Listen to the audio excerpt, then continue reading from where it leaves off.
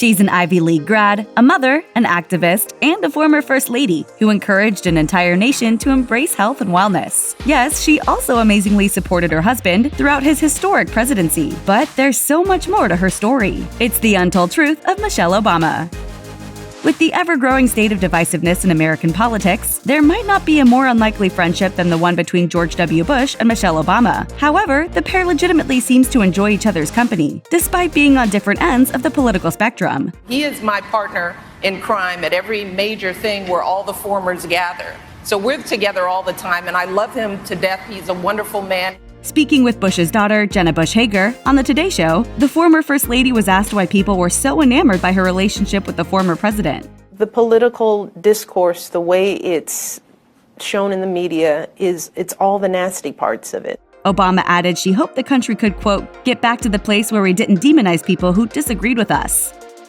Per People, The Roots drummer Questlove attempted to make a playlist for former President Barack Obama, but he never got around to finishing it. Thankfully for Michelle Obama, Questlove got over his playlist block and curated an epic 3-volume playlist, which includes songs from Stevie Wonder, Aretha Franklin, Kendrick Lamar, and Beyoncé. In its 1,125 tracks, Questlove told People, "It was such a task, but I'm glad to have gotten these songs over to her. Now I feel like my mission of getting the Obamas' music is finally done, some 10 years later." Michelle and Barack Obama celebrated their 26th wedding anniversary in October 2018. But during an appearance on The Tonight Show, the Harvard grad told host Jimmy Fallon the couple weren't always, quote, #relationship goals and needed marriage counseling. I was like, Dr. X, please fix him. Yeah. And then our counselor looked over at me. I was like, what are you looking at? I'm perfect.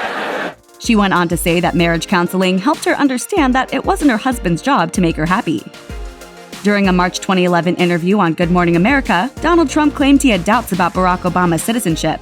The reason I have a little doubt, just a little, is because he grew up and nobody knew him. That same month, Trump appeared on The View and openly challenged the 44th president to show his birth certificate. Obama eventually released his long-form birth certificate in hopes that would shut down the birther conspiracy theories, but it didn't work. Trump doubled down on the dubious conspiracy theory, tweeting in 2012 that a source told him that Barack's birth certificate was, quote, a fraud. In Michelle Obama's memoir, Becoming, she wrote, "What if someone with an unstable mind loaded a gun and drove to Washington? What if that person went looking for our girls? Donald Trump, with his loud and reckless innuendos, was putting my family's safety at risk, and for this, I'd never forgive him."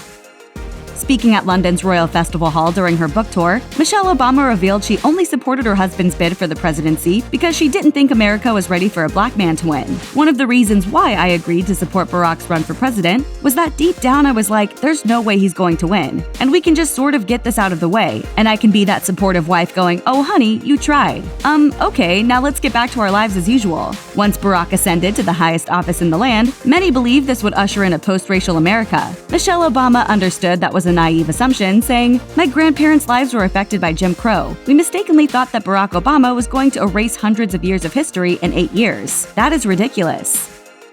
If we know anything about the royal family, it's their staunch adherence to protocol. So when Michelle Obama and Queen Elizabeth II shared a friendly hug during a Buckingham Palace G20 reception in 2009, the gesture caused a media frenzy. Per Daily Mail, interactions concerning the sovereign are perfectly clear. "Whatever you do, don't touch the Queen." Per HuffPost, Obama wrote in her memoir how she worried that the so-called scandal would draw attention from her husband's efforts abroad, but her anxiety was unfounded. She revealed in her memoir that the hug happened because we were just two tired ladies oppressed by our shoes. In her memoir, Michelle Obama revealed she suffered a miscarriage and underwent fertility treatments to conceive her 2 daughters, Malia and Sasha. "We had one pregnancy test come back positive, which caused us both to forget every worry and swoon with joy, but a couple of weeks later, I had a miscarriage, which left me physically uncomfortable and cratered any optimism we felt." The Obamas then turned to IVF treatments to help them achieve their dream of having children. But while the former First Lady admits her husband supported her, his job in Illinois state legislature left her feeling alone during the process. Discussing the ordeal with Good Morning America, the former First Lady said, "I felt like I failed because I didn't know how common miscarriages were, because we don't talk about it. We sit in our own pain, thinking that somehow we're broken." Check out one of our newest videos right here. Plus, even more Nicki Swift videos about your favorite stuff are coming soon. Subscribe to our YouTube channel and hit the bell so you don't miss a single one.